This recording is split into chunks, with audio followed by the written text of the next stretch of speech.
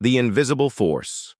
Vivian Pierce arrived at the Westbrook Technologies headquarters at precisely 6:45 a.m. every morning.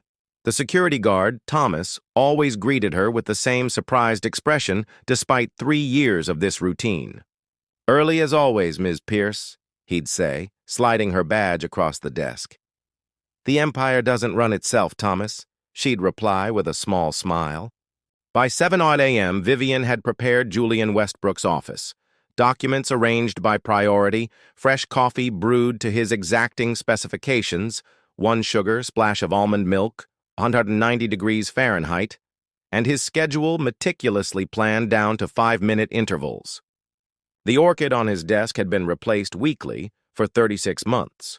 He had never once noticed. At 7:30 a.m., her own desk outside his office became command central. From here, she orchestrated the billion-dollar symphony that was Westbrook Technologies, while its conductor remained blissfully unaware of the hands that kept the music flowing. "Good morning, Mr. Westbrook," Vivian said as Julian breezed past her desk at 8:05 a.m., exactly 5 minutes late as always. "Morning," he muttered, not looking up from his phone. "The Henderson meeting?" "Pushed to 10:30. They had flight delays. I've adjusted your schedule and prepared the revised projections based on their updated quarterly report that came in at midnight." Julian paused briefly, finally glancing at her. "Good. Coffee?" "On your desk. The Tokyo office called. I've summarized their concerns in the blue folder." He nodded and disappeared into his office. No thank you, no acknowledgement of her staying until 2 a.m. to accommodate the Tokyo team's requests. But Vivian had stopped expecting gratitude long ago. At 32, Vivian was extraordinarily good at being invisible while being indispensable. Her mouse-brown hair was always pulled back in a neat bun, her clothing professional but unmemorable, her voice pleasant but never commanding. She'd perfected the art of anticipating needs before they were expressed, solving problems before they fully formed, and making Julian Westbrook look brilliant in every room he entered. "The Richardson contract needs your signature by noon," she reminded him through the intercom at 11:45. "Can it wait? I'm in the middle of something," came his distracted reply. "Their CFO flies to Singapore at 3 p.m. If we miss this window, we lose 3 weeks. A sigh. "Fine. Bring it in." When she entered his expansive office with its floor-to-ceiling windows overlooking Seattle, Julian was frowning at his computer.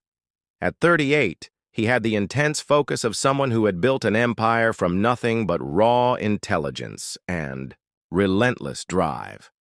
His dark hair showed premature silver at the temples, and fine lines had begun forming around his eyes that rarely truly saw her. "Here you are, Mr. Westbrook.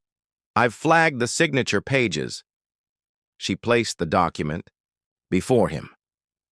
"Did legal review the section on intellectual property?" He didn't look up. "Twice. I also had Benjamin in R&D verify the technical specifications." Julian signed with swift, decisive strokes. "What's next?" "Lunch with the board at Carmine's at 1, then the product development review at 2:30. He handed her the signed contract. "Cancel lunch. Tell them I'm finalizing the Singapore proposal. Have something sent up for me." "Of course. Your usual from Luciano's?" "Whatever."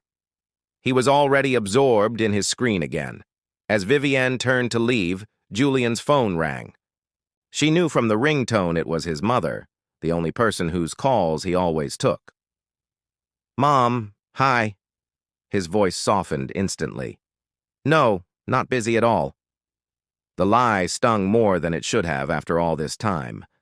Vivienne had rearranged his entire morning to accommodate an urgent issue, and yet for his mother, he was never busy. For everyone else, especially Vivienne, his time was a precious commodity to be rationed in seconds. "Dinner on Sunday? Let me check." He looked up expectantly, and Vivienne was already there with his personal calendar open. "You have the charity gala until 8 p.m., she said quietly. "I'll be there by 8:30, Mom. he continued without acknowledgement. Yes, I'll bring the wine you like. Love you too. As Julian hung up, Vivian made a note to order his mother's favorite Bordeaux and have it delivered to his penthouse by Saturday. She'd also need to ensure his tuxedo was back from the cleaners and remind him about the gala speech she had drafted that week. "Vivian!" Julian called just as she reached the door. "Yes, Mr. Westbrook? The Henderson meeting. How did you know about their flight delay?" "Their assistant called at 6:30 this morning. I took the liberty of rearranging your schedule." He nodded slowly. Efficient as always. It was the closest thing to praise she'd received in months, and Vivienne felt a pathetic flutter of satisfaction. 3 years of graduate-level work, of sacrificed weekends and holidays, of putting his needs above her own, all for the occasional acknowledgement that she was doing the job she was paid to do. Back at her desk, Vivian opened her personal email during her brief lunch break. The message from Riverton Industries still sat there, unopened since yesterday. Senior Executive Coordinator position, competitive salary, opportunity for advancement, valued team member. She took a bite of her salad and stared at the words, valued team member. The phrase seemed almost foreign after so long at Westbrook Technologies, where she was less a person than a function. Her phone buzzed with a text from Julian. "Where's the Singapore file?" Vivian sighed, closed her email, and typed back. "Third folder from the left, blue tab, as mentioned in this morning's briefing notes." 3 dots appeared, then disappeared without response. Vivian glanced at the small desk mirror she kept, in her drawer, a gift from her mother who insisted every professional woman should be able to check her appearance before important meetings. The woman who looked back at her seemed faded somehow, as though being invisible for so long had begun to make her actually disappear. "Maybe it's time," she whispered to her reflection, then closed the drawer firmly. She reopened the email from Riverton Industries and clicked Reply. Tremors of change. The Riverton Industries interview had gone exceptionally well. Vivian sat in her car in the Westbrook Technologies parking garage, staring at the formal offer letter that had arrived in her email just minutes ago. The compensation package was generous, 25% more than her current salary, but what caught her attention were the words leadership track and strategic input valued. After 3 years of being Julian Westbrook's shadow, the prospect of having her own voice recognized sent a thrill through her that was both exhilarating and terrifying. "You can do this," she whispered to herself, smoothing down her charcoal pencil skirt as she exited her car. Today would be the day she handed in her resignation. The morning routine proceeded with its usual precision. Coffee prepared, documents arranged, schedule confirmed. Julian arrived at 8:07 a.m., 2 minutes later than usual, his attention fixed on his tablet. "Morning, Vivienne. The Nielsen proposal? Finalized and sent to legal last night. The preliminary. Response is in your inbox." He nodded absently. "And the quarterly projections? Ready for your review. I've highlighted the discrepancies between actual performance and forecasts." Julian paused at her desk, a slight frown creasing his forehead. "You look different today." Vivian blinked in surprise. Had he actually noticed something about her? "I'm wearing the same style as always, Mr. Westbrook." "No, there's something—" He studied her briefly, then shrugged. "Never mind. I need the Henderson file before the 11 a.m. call." And just like that, the moment of recognition evaporated. Vivian tried not to feel disappointed as she watched him disappear into his office. After all, what had she expected? 3 years of professional invisibility wouldn't suddenly change because she'd made a decision he didn't yet know about. The morning crawled by with agonizing slowness. Vivian found herself watching the clock, waiting for the right moment. Julian had a rare gap in his schedule between 2 and 2:30 p.m., the perfect window to deliver her news before his afternoon meetings. At 1:55 p.m., she printed her formal resignation letter. 2 weeks' notice, professionally worded, with no hint of the emotional turmoil swirling beneath her calm exterior. As she slid the paper into a simple folder, her phone buzzed with a text from Julian. Coming back early from lunch. Need to prepare for the Nakamura call. Hold all interruptions. Vivian sighed. Of course, today would be the day he broke routine. Still, it was now or never. She'd already accepted the Riverton offer verbally. The paperwork needed to be returned by tomorrow. At 2:10 p.m., Julian strode through the door, his expression preoccupied.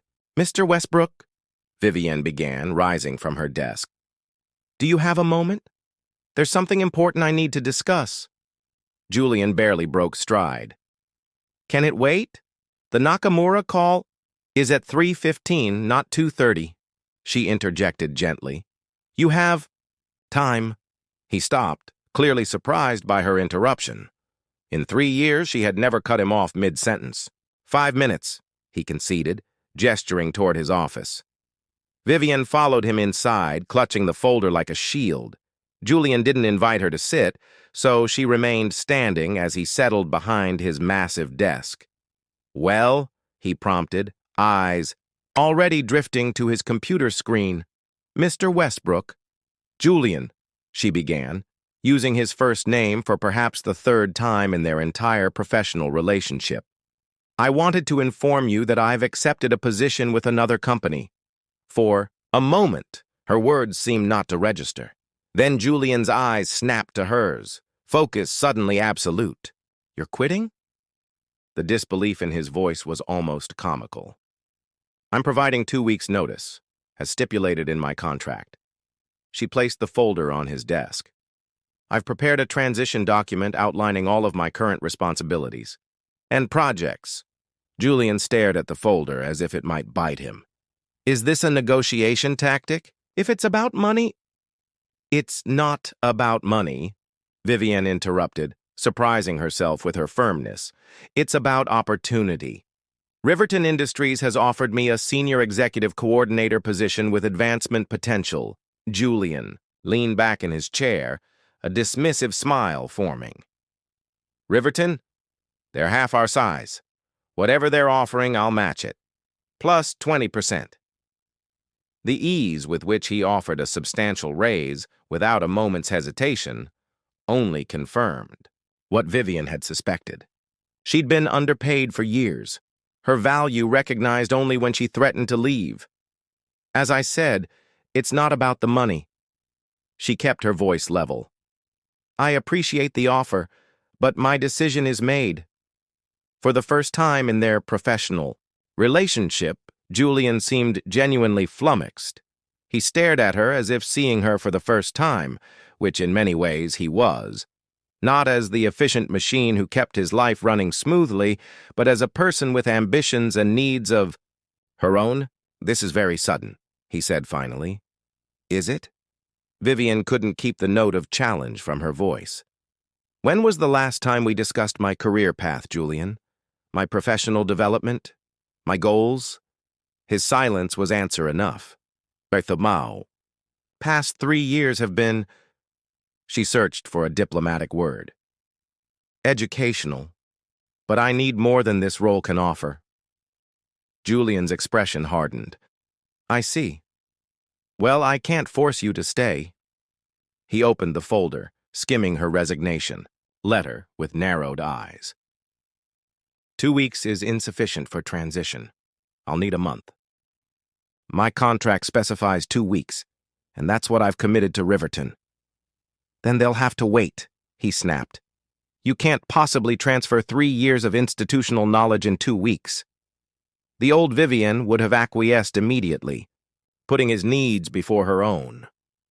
But something had shifted inside her the moment she'd made the decision to leave. 2 weeks is standard notice, Mr. Westbrook.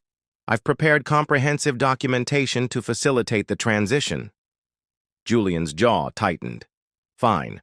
HR will contact you about exit procedures." He turned back to his computer, a clear dismissal. Vivian nodded and turned to leave, a strange mixture of liberation and sadness washing over her. As she reached the door, Julian spoke again. Why? The single word held a complexity of emotion she'd never heard from him before. She turned. Why am I leaving? Why Riverton? Why now? Why? He gestured vaguely between them. After everything, Vivian considered her words carefully. Because they see me as more than just an assistant. They value what I bring to the table beyond my ability to anticipate your needs. Julian frowned. I value you. You value what I do, not who I am. The truth of it hung in the air between them. I've been invisible here for 3 years, Mr. Westbrook. I'd like to work somewhere I can be seen. She closed the door quietly behind her, leaving Julian staring after her with an expression she had never seen before. Something between confusion and dawning horror. The rest of the afternoon passed in a blur of awkward interactions. Julian emerged from his office only once to attend his Nakamura call. He didn't look at Vivienne as he passed her desk. At 5:30 p.m., when Vivienne would normally stay until at least 7 p.m. to finish Julian's correspondence, she packed her bag and prepared to leave on time for once. As she was shutting down her computer, Julian's office door opened. "You're leaving?" he asked, sounding almost accusatory. "It's 5:30, she replied simply. "You never leave at 5:30. "Perhaps that's part of the problem." She shouldered her bag. "Good night, Mr. Westbrook. The Nakamura follow-up is drafted in your email for review."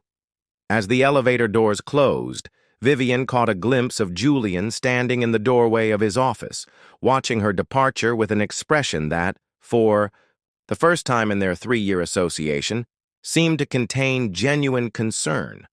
In her car, Vivian released a breath she felt she'd been holding for 3 years. Her phone buzzed with a text from Julian. "We should discuss transition plans over dinner tomorrow." She typed back, "I'll block time on your calendar for a meeting tomorrow afternoon. Good night, Mr. Westbrook." Then she drove home, feeling the first tremors of a seismic shift that would soon reshape both their worlds. Awakening. Clarity. Julian Westbrook couldn't remember the last time he'd been this distracted. The quarterly board meeting droned on around him, but his attention kept drifting to the empty chair beside him where Vivian should have been taking meticulous notes. "Julian, your thoughts on the expansion timeline?" He blinked, forcing himself back to the present. "I think we should—" He glanced down at the meeting agenda, suddenly unsure which item they were discussing.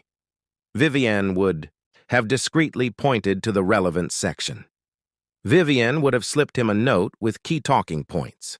Vivian would have, but Vivian had handed in her resignation yesterday, and now Julian was floundering like a teenager in his first job interview. "Perhaps we should circle back to this after lunch," offered Diane Rowland, the CFO, shooting Julian a concerned look. "No, Julian cleared his throat. "The timeline is aggressive but achievable. I have some concerns about the Asian market entry strategy, which I've outlined in my report." The report that Vivian had actually written, with minimal input from him. The meeting limped to its conclusion an hour later. As the board members filed out, Diane lingered behind. "Everything all right, Julian? You seem off today." He straightened, his tie unnecessarily. "Fine. Just distracted with the Singapore deal." Diane's penetrating gaze suggested she didn't believe him. "I heard Vivian is leaving us." Julian's stomach clenched at the words. "News travels fast. Good assistants are hard to find. Exceptional ones like Vivian are nearly impossible." "She's just an assistant," Julian said, the words sounding hollow even to his own ears. "HR is already compiling candidates." Diane's eyebrow arched slightly. "If you believe that any candidate from HR can replace what Vivian does for you and this company, you're not as smart as I thought you were." With that parting shot, she left him alone in the boardroom. Julian gathered his papers slowly, his mind replaying Vivian's words from yesterday. I've been invisible here for 3 years, Mr. Westbrook. I'd like to work somewhere I can be seen. Had she really been invisible to him? He depended on her for everything. How could someone so essential be invisible? But as he walked back to his office, unwelcome realizations began to surface. When was the last time he'd asked about her weekend? Did he even know if she had family in Seattle? Had he ever thanked her for staying late, coming in early, sacrificing her personal time for his success? The transition meeting was scheduled for 3 p.m. Julian found himself watching the clock, growing increasingly agitated as the minutes ticked by. At 2:55 p.m., he straightened his desk unnecessarily, then his tie, then rearranged his pens. What was wrong with him? This was a simple business matter. An employee was leaving. It happened every day. At precisely 3 p.m., Vivienne knocked on his door. "Come in," he called, aiming for his usual authoritative tone but missing slightly. Vivienne entered, tablet in hand, looking as professionally composed as always. But something was different. Her hair, usually pulled back severely, fell in a softer style around her face. Had it always framed her features so elegantly? "I've prepared a comprehensive transition plan," she began without preamble, taking the seat across from him. "I've documented all recurring tasks, contact information for key stakeholders, and locations of critical files." Julian nodded, only half listening as she walked him through the meticulously organized transition document. Instead, he found himself studying her face, noticing for the first time the intelligent spark in her hazel eyes, the determined set of her chin, the light sprinkle of freckles across her nose. Had she always been this present? This real? "Mr. Westbrook, do you have any questions about the document?" Julian blinked, realizing she had stopped speaking and was waiting for his response. "It's very thorough," he managed. "I've also compiled a list of qualities to look for in my replacement," she continued, swiping to a new page on her tablet. "Technical skills, communication abilities, problem-solving aptitude." "I don't want a replacement," Julian interrupted. Vivienne paused, looking up at him with surprise. Excuse me? He backtracked, suddenly uncomfortable under her gaze. "I don't want to discuss replacements yet. Let's focus on the transition." She studied him for a moment, then nodded. "As you wish." The meeting continued, with Vivienne outlining how she would transfer her responsibilities over the coming 2 weeks. Julian found it increasingly difficult to focus on her words rather than the movement of her hands as she gestured. The way she tucked a strand of hair behind her ear when concentrating, the slight furrow between her brows when she was making a particularly important point. Had she always done these things? Had he really been so blind? "I think that covers everything," Vivienne said finally, setting down her tablet. "Unless you have additional questions." Julian leaned forward, resting, his elbows on his desk. "Why Riverton?" Her expression registered surprise at the personal question. "They offered an opportunity for growth." "So would I if you'd asked." "Would you?" Her voice held a challenge. "In 3 years, you've never once asked about my career aspirations." The accusation stung because it was true. "You could have brought it up." "Could I?" She held his gaze steadily. "When exactly? Between the urgent calls at midnight and the last-minute travel arrangements?" Julian felt a flicker of irritation. "That's not fair. You're my assistant. Your job is to assist. And I have, tirelessly, for 3 years." For the first time, he heard a crack in her professional veneer, a glimpse of the frustration beneath. "I've given everything to this job, my time, my energy, my personal life. And in return, I've been functional, like a well-designed app or a reliable piece of furniture." "That's not how I see you," Julian protested.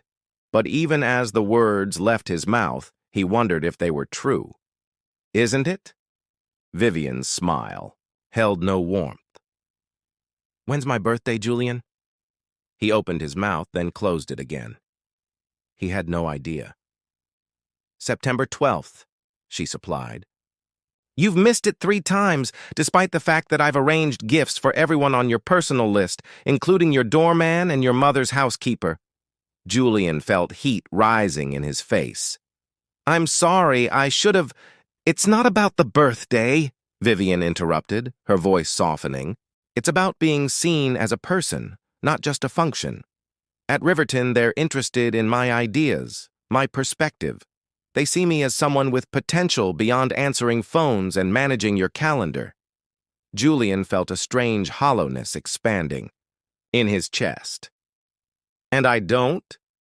When have you ever asked for my opinion on anything that matters? The question hung between them, unanswerable because they both knew the truth. I rely on you, Julian said finally, the admission costing him more than he expected. More than I've acknowledged. I know. Vivienne's smile was gentle now, almost pitying. But that's not enough anymore. As she rose to leave, Julian felt a sudden panic. 2 weeks. In 2 weeks, she would walk out of his office for the last time, and the thought was unexpectedly devastating. What if I matched their offer? He blurted. Better title, more money, your own office? Vivian paused at the door. Is that really what you think this is about? Tell me what it's about, then, he demanded, an unfamiliar desperation edging into his voice. She seemed to consider her words carefully. It's about feeling valued, Julian. Not just as a resource, but as a person. It's about walking into a room and being acknowledged. It's about having ideas that matter and contributions that are recognized. I can do that, he insisted. I can change. The skepticism in her eyes cut deeper than he expected. I'll see you tomorrow, Mr. Westbrook. She slipped out, closing the door softly behind her. Julian sat motionless, staring at the space where she had been. Outside his window, Seattle's skyline glittered in the late afternoon sun, the empire he had built through relentless drive and singular focus. An empire that suddenly felt hollow without the one person who had been silently holding it together. That evening, for the first time in years, Julian left the office at 5:30 p.m. Without Vivian there, working late seemed pointless. His penthouse, always a showpiece of modern design rather than a true home, felt emptier than usual as he wandered from room to room, nursing a glass of scotch. On an impulse, he opened his laptop and typed Vivienne Pierce into the search bar of the company directory. Her personnel file appeared, and Julian realized with a jolt that he'd never actually looked at it before. Education: Master's in Business Administration from the University of Washington, graduated with honors.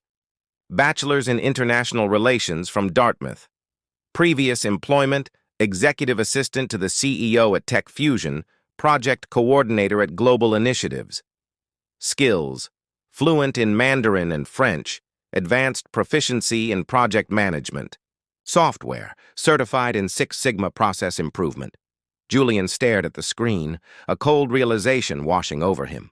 Vivian wasn't just an efficient assistant. She was overqualified, overworked, and criminally underutilized. No wonder Riverton had snatched her up. The real question wasn't why she was leaving.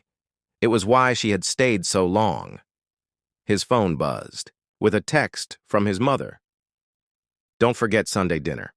Bringing anyone special? Julian stared at the message, thinking of the empty chair across from him at every family dinner for the past 5 years since his divorce. His mother had long given up on subtle hints about grandchildren. Just me, he texted back. As he set down his phone, a strange thought surfaced. Vivienne probably knew more about his mother than he did about Vivienne's entire life. She remembered his mother's birthday, her favorite wine, her gardening club schedule. She sent flowers. When his mother had her knee surgery last year, a gesture Julian himself had forgotten until Vivian had placed the phone in his hand with his mother already on the line, thanking him for the beautiful arrangement. "Vivian did that," he had admitted, earning a knowing chuckle from his mother. "She's a keeper, that one," his mother had replied. "Don't let her slip away." The memory hit Julian with unexpected force. Don't let her slip away. But that was exactly what he was doing, wasn't it? He took another sip of scotch, the realization sinking in that perhaps what he was losing wasn't just an exceptional assistant, but something far more valuable. Someone who knew him, understood him, and cared enough to make his life work despite his flaws. Someone he had completely failed to see until it was too late. The empty office. The first 3 days after Vivian's resignation had been awkward but manageable. Julian had maintained a professional distance, speaking to her only about transition matters. Vivian had continued performing her duties with her usual efficiency, though she now left precisely at 5:30 p.m. each day, a boundary she had never before enforced. By the 4th day, Julian found himself increasingly agitated. The countdown to her departure ticked louder in his mind with each passing hour. 11 days left, then 10, then 9.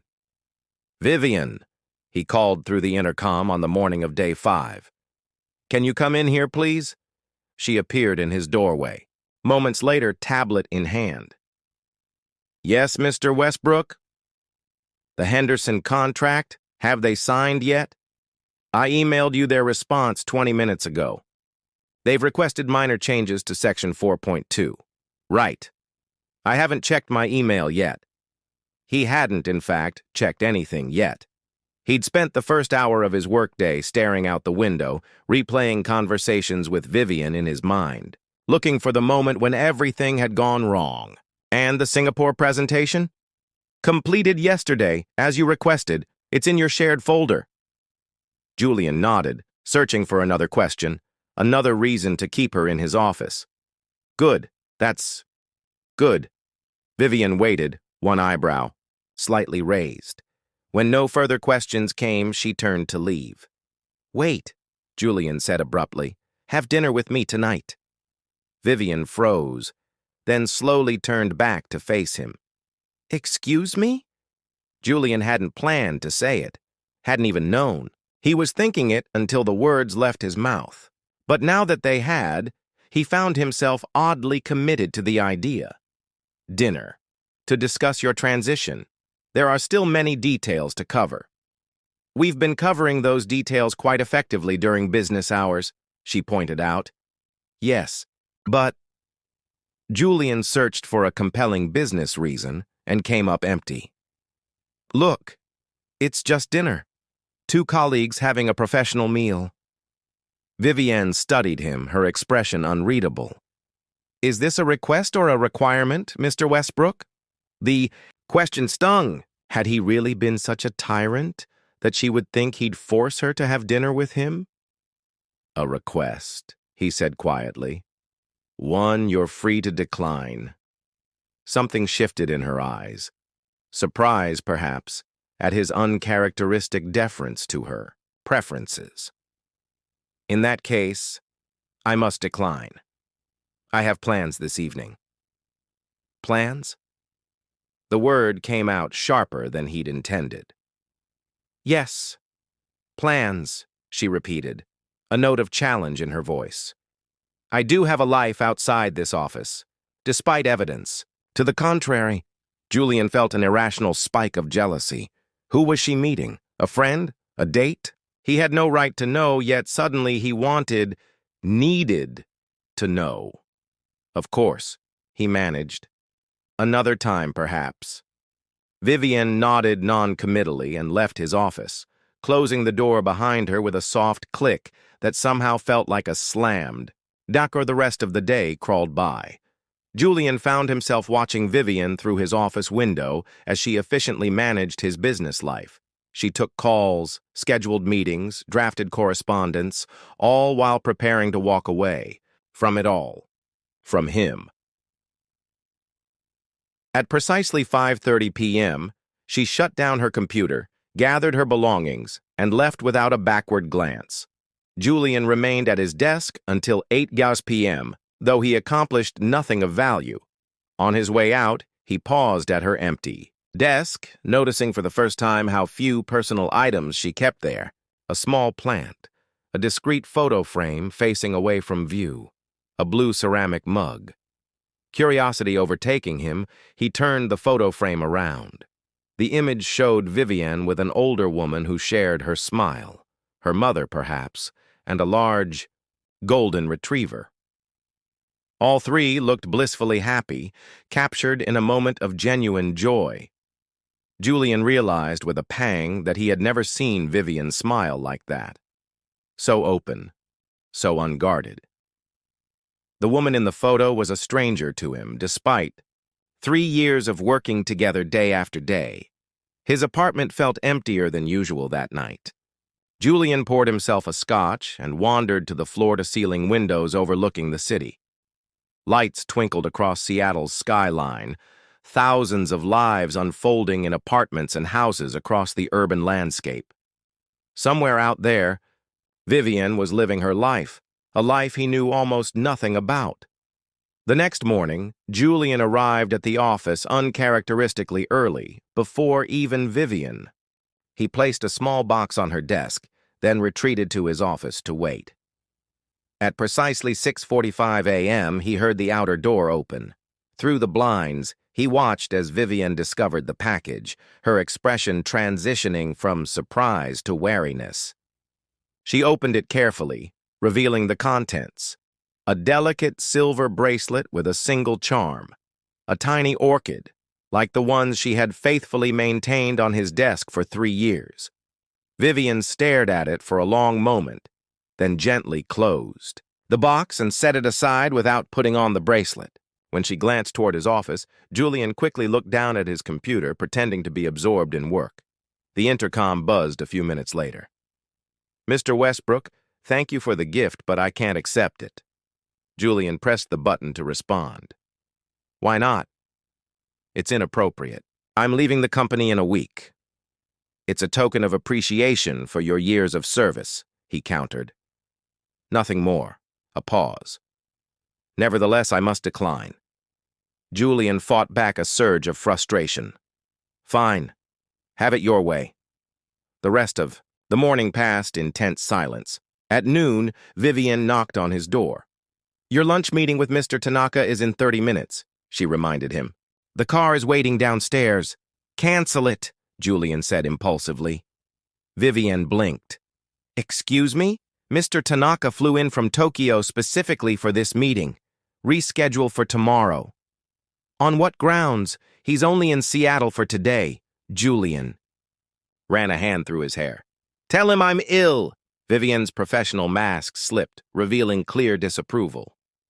"You want me to lie to one of our most important international partners?" "Not a lie," Julian insisted. "I am ill, just not physically." Her expression softened fractionally. "What's going on, Julian?" The use of his first name caught him off guard. "I don't know," he admitted, the honesty surprising even himself. "Everything feels wrong." Vivienne hesitated, then entered his office fully, closing the door behind her. "Is this about my resignation?" "Maybe." "Yes." Julian leaned back in his chair, suddenly exhausted. "I didn't realize how much I depend on you until you decided to leave." "That's the problem," Vivienne said gently. "You see me as a tool you depend on, not as a person you value." "That's not true," Julian protested. "I do value you. Then why did it take my resignation to prompt you to show it?" She gestured toward her desk, where the bracelet box sat untouched. 3 years, Julian. 3 years of giving everything to this job, and only when I'm leaving do you think to give something back." The accusation hit with the force of truth. "I've been selfish," he acknowledged. Yes, her bluntness was refreshing, even as it stung. "You have. How do I fix this?" The question escaped before he could censor it. Vivian's expression registered genuine surprise. "Are you asking for my advice? That's a first." Julian managed a rueful smile. "Apparently I need it." She considered him for a long moment. "Start by keeping your lunch meeting with Mr. Tanaka. He deserves your respect, even if your head isn't fully in the game today." Julian nodded, chastened. "And after that?" "After that, maybe try seeing the people around you, really seeing them. Not just what they can do for you, but who they are. Starting with you." A small, sad smile touched her lips. "You're about 7 days too late for that." The words hit Julian like a physical blow. 7 days. 1 week until she walked out of his life forever. "It doesn't have to be too late," he said, a note of desperation creeping into his voice.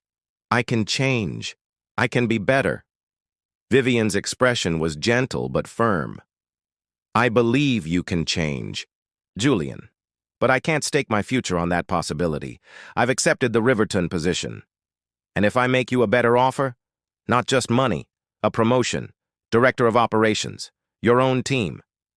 "You're still not getting it," Vivian said, disappointment evident in her voice. "This isn't about titles or money. It's about being valued for who I am, not just what I can do for you." "I do value you," Julian insisted. "More than I've shown." "Words are easy," Vivian replied. "Actions matter." With that, she turned and left his office, leaving Julian alone with the weight of her truth. The lunch meeting with Mr. Tanaka proceeded as scheduled, though Julian struggled to stay focused. Afterward, he returned to an empty office. Vivian had left early for a doctor's appointment, according to the note on her desk. Julian sat at his desk, staring at the vacant space outside his door where Vivian usually worked. In 1 week, that emptiness would be permanent. The thought sent a wave of panic through him that had nothing to do with finding a replacement assistant. On impulse, he picked up his phone and called his mother. "Julian, is everything all right? You never call during work hours." "Mom, I think. I've made a terrible mistake." "What kind of mistake, dear?" "Vivian is leaving." A knowing sigh came through the line. "Finally saw what was right in front of you, did you?" Julian frowned. "What do you mean?" "That girl has been in love with you for years, Julian. And if I'm not mistaken, you're just realizing you might feel the same way." What? "No, that's not—" Julian sputtered, but even as he denied it, something shifted into place inside him. The constant competence, the unwavering support, the silent understanding of his needs before he even recognized them himself. Was that just professional dedication, or something more? And his own feelings, the panic at her leaving, the emptiness he already felt, the desperate need to keep her in his life. Was that merely the distress of losing an excellent employee? "Mom, how did you know?" he asked finally. "A mother knows these things," she replied cryptically. "The question is, what are you going to do about it?" Julian stared out at the Seattle skyline, the empire he had built seeming suddenly meaningless without Vivian to share it. "I don't know yet, but I have to do something." "Well, don't wait too long," his mother advised. "Good women don't wait forever, not even for stubborn men like you." After hanging up, Julian sat motionless, replaying 3 years of interactions, with Vivian through this new lens. Had she really felt something more for him all this time? Had he felt something for her without recognizing it? The possibility was simultaneously terrifying and exhilarating. The next day, 6 days until Vivian's departure, Julian arrived at the office to find her already at her desk, professional as ever. No mention was made of their conversation. The previous day, or of the bracelet, which had disappeared from her desk. "Your schedule today," she said, handing him a printed itinerary without meeting his eyes. "Thank you," Julian replied, deliberately holding her gaze until she looked up. "How was your doctor's appointment yesterday?" Surprise flickered across her face at the personal question. "Fine, thank you. Just a routine checkup." Julian nodded, searching for something else to say, something that would breach the professional wall between them. "The orchid," he blurted. Vivian blinked. "Excuse me?" "The orchid on my desk. You've changed it every week for 3 years, and I never once thanked you." A slight flush colored her cheeks. "It's part of my job." "No," Julian said firmly. "It's above and beyond. Like so many things. You do.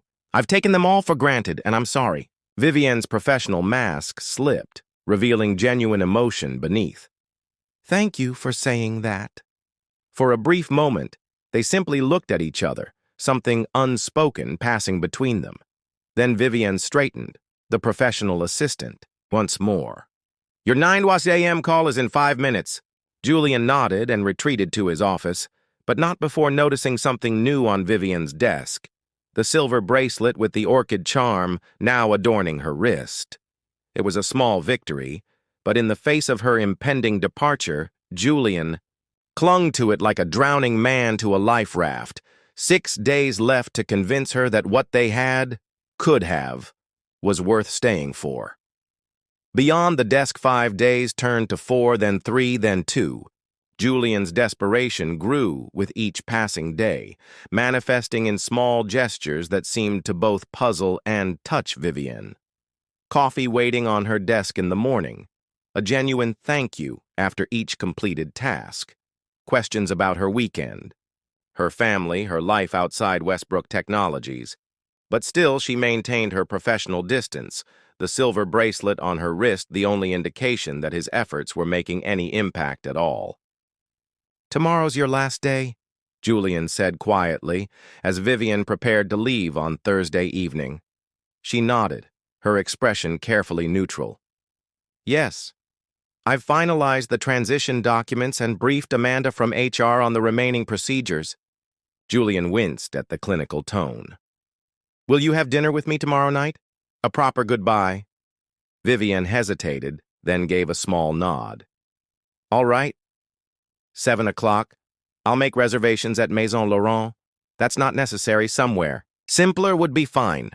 "I want to," Julian insisted. "Please." Something in his voice must have conveyed his sincerity, because Vivian's expression softened. "All right, Maison Laurent at 7. As she turned to leave, Julian called after her. "Vivian?" She paused, looking back at him. "Yes?" "Thank you for everything." A small smile touched her lips. "Good night, Julian." Vivian's final day at Westbrook. Technologies dawned bright and clear, Seattle's notoriously rainy weather offering a reprieve as if in recognition of the occasion. Julian arrived early, determined to make her last day special. On her desk, he placed a large envelope alongside a bouquet of orchids, not the standard white ones she had maintained in his office, but a vibrant array of purple, pink, and yellow blooms. When Vivian arrived, her surprise was evident. "What's all this?" "Open the envelope," Julian urged, hovering nervously nearby. Inside was a card signed by every department head and executive in the company, thanking Vivian for her contributions over the years. Accompanying it was a formal letter of recommendation from Julian, outlining in detail the countless ways she had elevated not just his performance, but the company's success. "Julian, this is..." Vivian seemed genuinely touched, her professional mask slipping to reveal the emotion beneath. "Long overdue," he finished for her. "There's more." From his pocket, he withdrew a small velvet box, not the jewelry box from before, but something more official-looking. Inside was a key card and a business card with Vivian's name and a new title. Director of Strategic Initiatives, Westbrook Technologies. Vivian stared at it, confusion evident. "I don't understand." "It's a new position," Julian explained. "Reporting directly to me, but with your own team, your own projects. Real influence over company direction." Her expression hardened slightly. "Julian, we've been through this. I've accepted the Riverton position." "I know," he said quickly. This isn't a counteroffer. It's a door. One that will remain open if Riverton doesn't work out. Or even if it does and someday you want a new challenge. Vivian studied him, skepticism evident. Why now? Why create this position the day I'm leaving? Julian took a deep breath. Because I've been a fool. Because it took losing you to make me see what was right in front of me all along. Because the thought of walking into this office on Monday and not seeing you here makes me physically ill.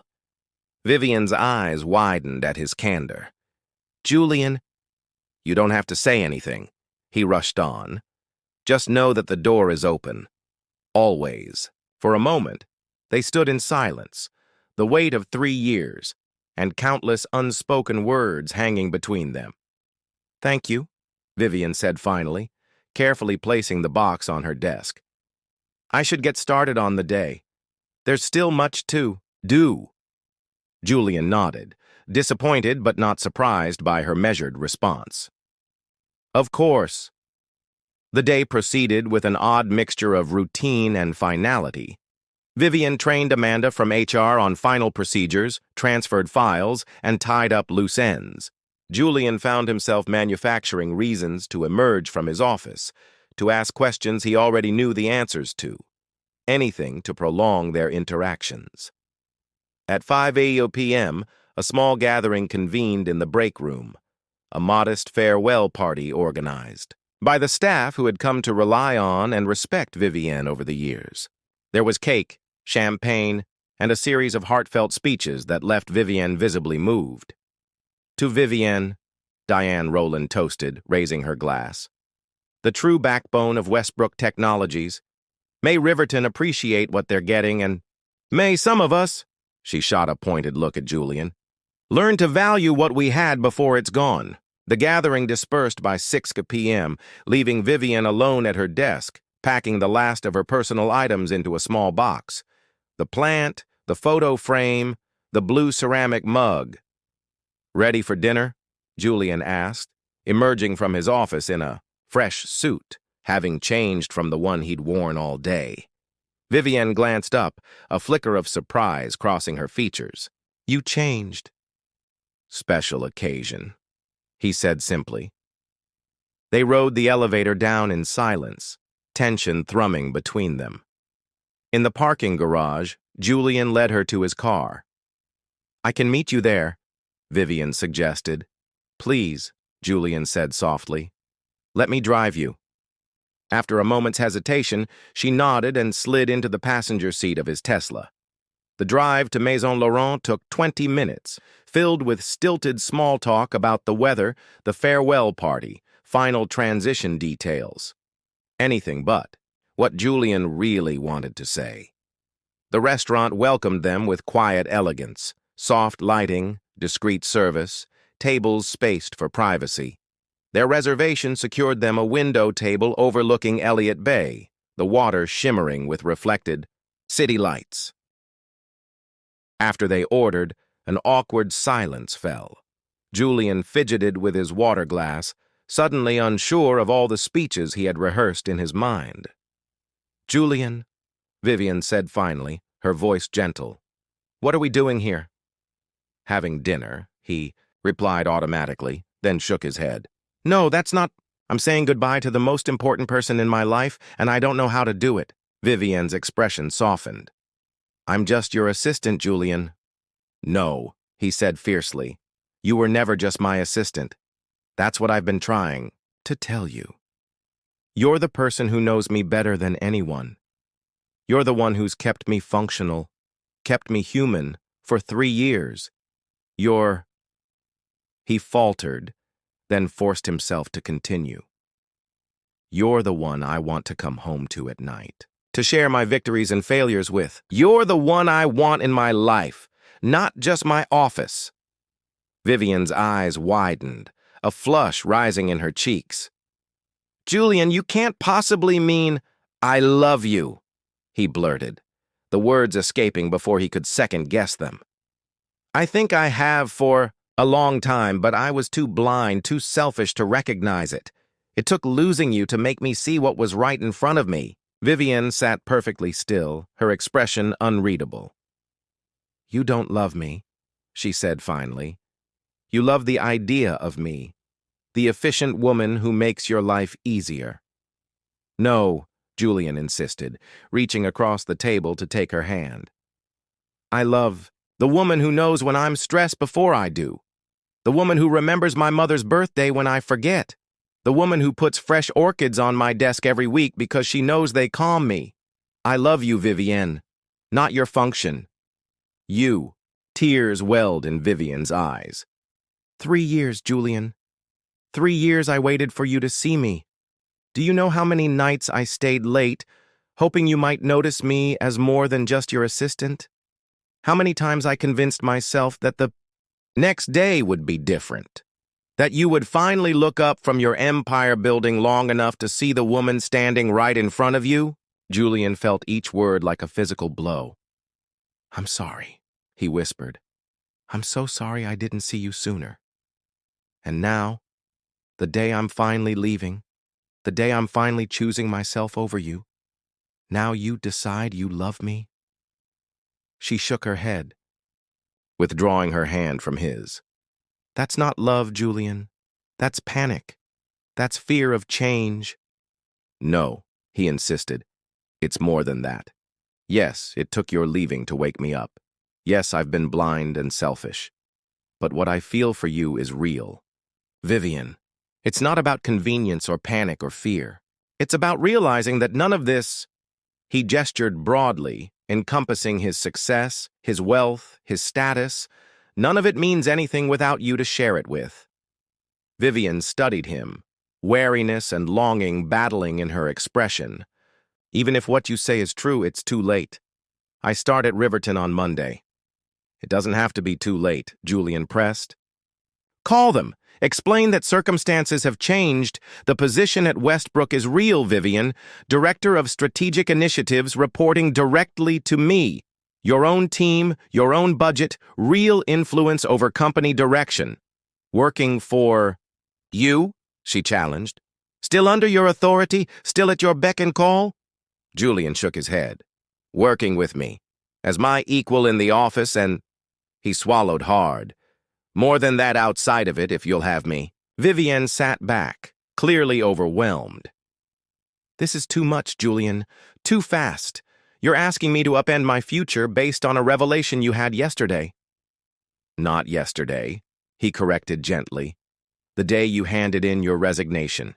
Every day. Since then has been a journey of discovery, of seeing you, truly seeing you for the first time." Their food arrived, momentarily interrupting the intensity of the conversation. They ate in silence for several minutes, each lost in thought. "What if it doesn't work?" Vivian asked finally. "What if you wake up in a month and realize this was just fear of change? Where does that leave me?" "It won't happen," Julian insisted. "But if you're worried, keep the Riverton offer as a backup. Ask them for more time. 2 weeks, a month. Give us that long to see if what I feel, what we both feel, is real." "Both feel?" Vivian raised an eyebrow. "You seem very confident about my feelings." Julian's certainty faltered. "Your mother told me." "My mother?" Vivian looked genuinely confused. "When did you speak to my mother?" "Not your mother," Julian corrected, flushing. "Mine. She said you've been in love with me for years." A startled laugh escaped Vivian. "And you believed her? Julian, your mother has been trying to marry you off since your divorce. She'd say the barista was in love with you if she thought it would get you to settle down." Julian's face fell. "So you don't feel anything for me?" Vivian's expression softened. "I didn't say that." Hope flared in Julian's chest. "Then there is something?" She sighed, a mixture of exasperation and fondness. "Julian, I've spent 3 years of my life anticipating your needs, smoothing your path, making your world function. Would I have done that for someone I felt nothing for? Then stay," he pleaded. "Give us a chance, not as boss and assistant, but as equals, as partners." Vivian studied him. years of practiced professional detachment battling with the emotion evident in her eyes. I can't just throw away this opportunity at Riverton. It's a sure thing, a step forward in my career. And us? What are we, if not a step forward in your life? A risk, she answered honestly. A beautiful, terrifying risk. Julian reached across the table, taking her hand in his. This time, she didn't pull away. Some risks are worth taking. Vivian looked down at their joined hands, at the silver bracelet with its tiny orchid charm circling her wrist. You really created that position for me? Director of Strategic Initiatives? It's already approved by the board, Julian confirmed. Diane was quite enthusiastic, actually. Said it was about time we recognized your contributions properly. A small smile touched Vivian's lips. And this? Us? How would that work exactly? Office romances are notoriously complicated. We'll figure it out, Julian promised. Together, like everything else. Vivian took a deep breath, then met his gaze directly.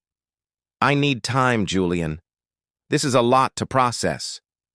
How much time? The weekend, at least. I need to think away from you, away from the office. I need to be sure that whatever I decide, it's for the right reasons. Julian nodded, disappointment warring with understanding. The weekend, and then? And then I'll let you know. They finished dinner in a strange, charged silence, both acutely aware that everything had changed between them. As Julian drove Vivian home, the familiar streets of Seattle seemed somehow different, full of new possibility. Outside her apartment building, he turned to her. Vivian, whatever you decide, know this. These past 2 weeks have changed me. Seeing you, really seeing you, has changed me. Even if you choose Riverton, I'll never go back to being the man who took you for granted. Vivian's eyes glistened in the dim light. Good night, Julian. She slipped from the car before he could respond, disappearing into her building without looking back. The weekend stretched before Julian like an eternity. He wandered his penthouse restlessly, checking his phone every few minutes, though he knew Vivian wouldn't contact him before Monday. On Sunday, he canceled dinner with his mother, unable to face her knowing questions when his future hung so precariously in the balance. Monday morning arrived with agonizing slowness. Julian reached the office at 6:30 a.m., earlier than even Vivienne had ever arrived. The emptiness of her desk hit him with physical force. No orchid, no discreet photo frame, no blue ceramic mug. Just a vacant space where the heart of his operation had once sat. At 8:00 a.m., his phone rang. Julian lunged for it, heart pounding. Vivian? No, sir. It's Amanda from HR, came the apologetic response. I'm calling about the transition schedule for today. Julian's heart sank. Right. Of course. Let's postpone until this afternoon. I have matters to attend to this morning. He hung up and stared out at the Seattle skyline, the empire he had built suddenly meaningless. Vivian had made her choice, and it wasn't him. He couldn't blame her. He'd had 3 years to see her and had wasted every day until it was too late. At 9:15 a.m., a soft knock sounded at his office door. Not now, Julian called, not turning from the window. The door opened anyway. Is that how you greet all your directors? With not now? Julian whirled around, his heart stopping at the sight of Vivienne standing in the doorway, a small box in her hands and a hesitant smile on her lips. You're here, he breathed, afraid to hope. Does that mean? It means I called Riverton this morning and declined their offer, Vivian said, stepping into his office. It means I'm willing to take a risk on that Director of Strategic Initiatives position. And on the man offering it. Julian crossed the room in 3 strides, pulling her into his arms with a joy so intense it bordered on pain. You won't regret it, I promise. Things will be different. Vivian pulled back slightly, her expression serious. They have to be, Julian. I won't go back to being invisible. Never again, he vowed. From now on, you're the most visible person. In my world. She smiled. A genuine, radiant smile that transformed her face, the smile from the photograph, the one he had never seen directed at him before. I brought something for my new office, she said, opening the small box to reveal the blue ceramic mug. I figured I should start making it feel like mine. Julian laughed, overwhelmed with happiness. Your office is being prepared as we speak. Corner suite, 19th floor, with a view of the bay. That's your floor, Vivian noted, raising an eyebrow. I want you close, Julian admitted. For purely professional reasons, of course. Of course, Vivian echoed, her eyes sparkling with humor and something deeper, something that made Julian's heart race. There's one more thing, Julian said, suddenly serious. If we're going to do this, I want to do it right. No sneaking around, no office gossip. I want everyone to know that you earned your position through merit, not other means. Vivian nodded, understanding his concern. So, what do you suggest? Dinner tonight. A real date. Not as boss and assistant, but as Julian and Vivian. Two people discovering each other outside the confines of this office. Vivian pretended to consider this. I don't know. My new boss is quite demanding. I might have to work late. Julian laughed, pulling her closer. I have it on good authority that your new boss is madly in love with you. I'm sure he'll understand. In that case, Vivian said softly, I accept. As their lips met in a kiss that had been 3 years in the making, Julian marveled at how blind he had been.